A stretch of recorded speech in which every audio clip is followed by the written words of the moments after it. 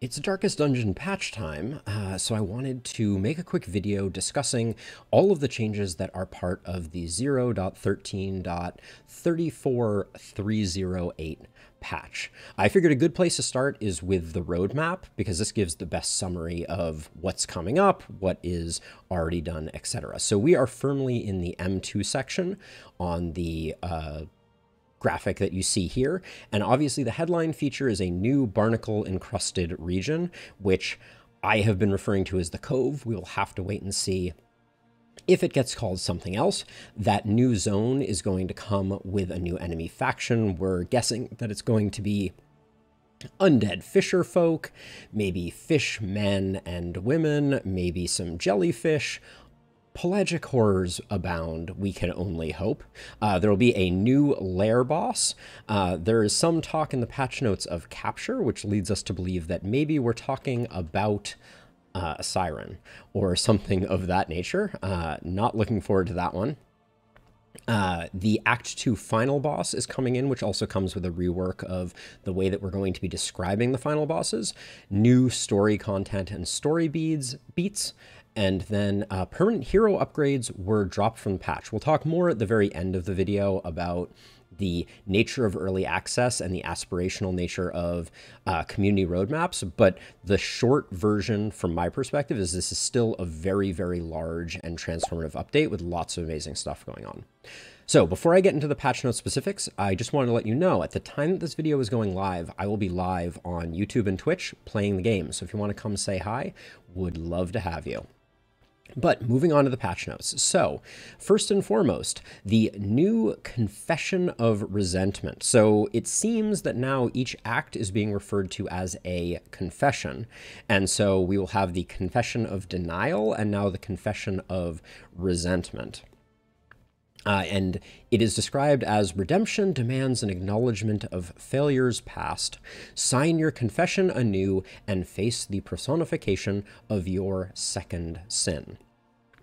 So this is the second boss is being added. There's a new narrative presentation. So the way the game is being described, the way the acts are being described is changing. Main story narration has been moved from the Valley of the Void. So I think that means Wayne is going to be talking at different points. Each confession now has an intro, repeatable lines, an outro that tells you how the game is developing and what's going on. New art panels. I'm kind of hoping for something comic-y. I really missed that from DD1. They reformatted Denial to match this, so presumably Confession of Denial is the first one, although that seems a little counterintuitive, so Denial may have changed rather markedly. And then obviously added Resentment. Next up is a food redesign. So excited about this. If you watched any of my Darkest Dungeon 2 content, you know that I don't like throwing away food. For lack of a better description, I think the food system was fundamentally flawed, not useful, and basically food was not valuable. The new system looks great. So the TLDR short version is everybody gets to eat one food item at the inn, but they are healed to 100% no matter what. You enter an inn, you are fully healed, and then instead, food items will kind of by default give max HP, and then potentially other stats to come along with that. Each hero can only eat one meal. The worst meal will be a 10% buff to maximum HP, which also accompanies all heroes getting minus 10% maximum HP. So heroes will start out a little more glassy, and then they will have the option to, depending on what food you collect over the course of a particular leg of the game, increase that max HP or get other stats. So presumably there may be a world in which you have a food that gives crit, and you choose to let your max HP take a hit so that you can crit more often. The other note here is that the pig roast does not count towards the food. So you can eat as many pig roasts as you find, very good news, and then you'll have a variety of foods. Your characters have less hit points. On to ordained monsters. So this is a very smart way of dealing with the problem that the game's difficulty didn't ramp up over the course. So The short version is monsters now have a chance to spawn as ordained, which means that they are blessed with extra powers by the end boss. That confession slash act. The blessing increases the monster's damage, health, speed, and other stats. These powers vary based on which confession you sign at the outset. So if you're doing resentment, the ordainment will look different than if you are doing denial, presumably. The chances of monsters being ordained increase as you approach the mountain. Scales up, starting at 10% ordained monsters, 40%, and then 80%. Lair bosses and corpses will never be ordained. So what this means is that as you get closer to the mountain, things are going to get more difficult. When you first start out, the enemies will on average be a little easier. So they say that base monster HP and damage has been reduced by 20%. Those monsters should be easier to kill at the beginning, and then in the third region should be on average mostly harder than before. So this gives a really nice curve, and I think that it's a very smart way to handle it. I also love that the flavor is related to the boss, and I hope that ordainment also comes with maybe like unique abilities or, you know, other modifications that make different acts feel really different.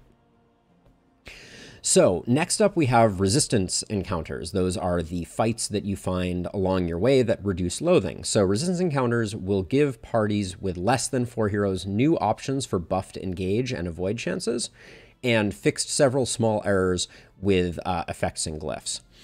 You'll see glyphs mentioned a lot here. I'm not sure I fully understand what glyphs are. I think they're the modifiers along the bottom when you select an encounter, but they might not be. But the really important thing to note here is I think they're introducing a bit of a comeback mechanic. I think it was already possible to come back from losing as many as 2 heroes. I have a video up on the channel, or a set of videos, where I actually lost 2 people in the same region and still managed to come back and win the run. That was pretty awesome. But I think this will make it easier to come back, because it sounds like you'll be able to do like lighter weight ambushes, etc. Then for assistance encounters are now split into 3 variants that have new loot tables as appropriate. So you'll be able to predict a little bit more of what you might get from the encounter, which I think is good because it felt like super RNG. Standard is mostly about increasing your flame. Combat is mostly combat-related supplies, so you know, caltrops, etc. Smoke bombs, my favorite. And then provisions, which is going to be in items and non-combat items. So think food, think maybe laudanum, etc. The community also advised that there should be a robbery variant. Assistance encounters de-emphasize food in exchange for more supplies. So maybe you'll have the option for like grave robbers and highwaymen will suggest like, let's steal from them. And then several small errors that affected the glyphs. Driving. So a comprehensive look at the Stagecoach experience driving route selection will be focused on the focus of an upcoming milestone. So that basically they're saying there's more work to be done. But in the meantime, Crack the Whip means that after you have done the interesting thing on a leg of your journey, you will travel faster. So, you know, when the uninteresting stuff is happening, you won't have to worry about it as much. Many nodes get visual improvements, so the roadside, I think, is going to be a little prettier. Adjusted road object loot table. So we're going to get more relics and less other stuff from them. And then the Infernal Torch can no longer be swapped between open Stagecoach slots. I don't know why this matters, but I'm curious. I don't know if people were swapping things around a lot, if it allowed you to swap things in a way. That doesn't, I don't think this is super impactful. It certainly is not going to change the way that I played the game. And then monsters. Reduce base health, damage, and speed in order to make to let ordainment kind of offset it, basically. Several types of quirk trinket effects are no longer applicable when striking / killing an enemy corpse. I think that's smart. We were getting like, we would sometimes crit a corpse and get extra actions or things like that that probably weren't meant to be that way. Champions now have a low chance of spawning in Gordian fights, and champions now have a low chance of spawning in Lair fights. I think this is good, right? So that's like the lady from from the Sprawl or Bullseye Barnacle, Bullseye Bill, whatever his name is, from the Tangle, can now show up in Lair and Guardian fights. Guardian fight being the final fight of each region. And then adjusted the disease pool for several monster skills. I didn't realize that diseases were not totally randomly generated, but I think it's interesting. Creature Den. Webbers and Spitter attacks now inflict the Tarantism disease. So I think that's a reference to tarantulas. We'll have to wait to see what that does. I hope to get it this run. Splitter's spit attacks can now also affect said disease. Fixed an erroneous glyph related to food costs for the inn. Not sure what that means necessarily. And then fixed incorrect effects of certain choices. Again, we're going to have to wait and see. I think those were relatively small things. And then cultists. Fixed in issues where the cultist deacon did not receive the cultist cardinal's passive res buff. I didn't realize that the cardinal had a resistance buff, but I'm sure I benefited from the fact that the deacon wasn't getting it. I almost always pick the cardinal as the first kill target, so maybe it doesn't matter. And then remove the ability to retreat from cultist node choices, except with the appropriate quirks. So I assume you're going to need like Fear of Cosmic Beings or those sorts of things in order to run away from cultist fights, which is interesting. The Dreaming General now spawns with a permanent immobilized token. This leads me to believe people were moving the general. How much fun would it have been to have the Taproot in front? I'm really sad that I missed it. Same for the Taproot, it's not allowed to move anymore. And then rewards now drop proper region trinkets. So I think that this was an issue where some of the trinkets that were being dropped by lair bosses were not the correct ones, which might mean that we missed out on certain parts of, say, the general's like loot pool, which could be very interesting. The fidelity of the librarian's books better matches the characters. Can't wait. We're going to have to take a look at the reading material of the librarian. Harvest Child rewards now drop proper region currency. So that just means that the relics and the baubles are the feature version of those. And then Shambler, improved rewards are now guaranteed. Thank goodness. The number of times we killed the Shambler and got nothing is too darn high. Bug fixes. We're going to go through these quickly, but you know, they are fixing a ton of bugs. Fixed an issue with the stagecoach not loading. Fixed an error caused by toggling the in provision screen too quickly. Interesting. Fixed missing gender for localization, so translation stuff. Fixed an issue with combat sorting.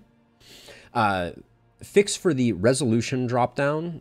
Fix for meltdowns not logging in the player's run log. It's useful to look back and see that. Fix for being able to drive the coach while over encumbered. Never did it, but glad it doesn't work anymore. Fixed a soft lock caused by the same hero having multiple meltdowns. Sounds like you're having a bad run if someone is having multiple meltdowns simultaneously. Fixed for healing pop-up text at the inn. Fixed an issue when encounter choice lock-ins continue through other screens. Interesting. Fixed a display issue with various quirks and effects applying before the pop text appears. Don't think I saw that one either. Fixed to biome modifiers being rolled without biome goals. Fixed for barks overlapping. Fixed an issue where character sheet would become inactive if toggled too quickly. Okay, so the UI responsiveness, I think, was a problem. There were some race conditions there, presumably. Fixed an issue where relationships tab for the character sheet would break when only one hero remained in the party. We've definitely had only one hero, and I think I've checked relationships and I've been like, look, everything is fixed. Fixed to crit strike through to show crit value and striking through. What I think this means is when you crit someone with a block token, it would act as a crit, but not show crit. The reason that I know that it was a crit is because it would apply, say, the debuff from the librarian's trophy, but it wouldn't say crit. I think this is good. More crits is better. Various UI fixes for non-English, and then the in stores inventory saves. So I think this just means if you reload a game when you're in an inn, it will have the same stuff. As for combat, so combo tokens now last for an additional turn. I don't think this is going to be hugely important, but maybe it will. There's now a permanent version of Immobilize. Presumably this will also be on the general trophy. I think it's a good thing. Fixed an issue where start round skills, Denial of Reason, were subject to daze and stun. I think we might have seen this once or twice, but I think there are some start of round things like Funeral Pyre might be one of them. Fix an issue where start of round skills were unintentionally triggering extra action effects. So we benefited from this one. I think we had Barristan getting extra actions from like the Denial of Reason, or denial of healing, or denial of whatever. Character movement in general has had a polish pass, and should now be cleaner and snappier. I think that's just good for business. Combat consumables now fire all VFX tokens. So I guess combat consumables will be a little prettier, and then they will all happen simultaneously, so there won't be like a lot of like this, then this, then this type of effects. Guard tokens are removed when a guarding actor is captured.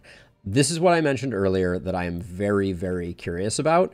I don't think capturing was a mechanic that we had previously seen, so very interesting that there is capturing now. It may be just a boss like the Siren, or maybe the Cove is just going to be stealing our people all the time, and it's just going to be an absolute nightmare, and I'm never going to want to go there. Just like the old Cove. Added combo tokens to pop text when it is consumed. Okay, so that just means that there'll be a little thing that used combo token. Added, or changed crit pop text to read critical. Cool. Heroes now only say their move barks when affected by non-friendly skills. Okay, so if you just move your character, they're not going to be like, oh, why am I moving? Type of thing.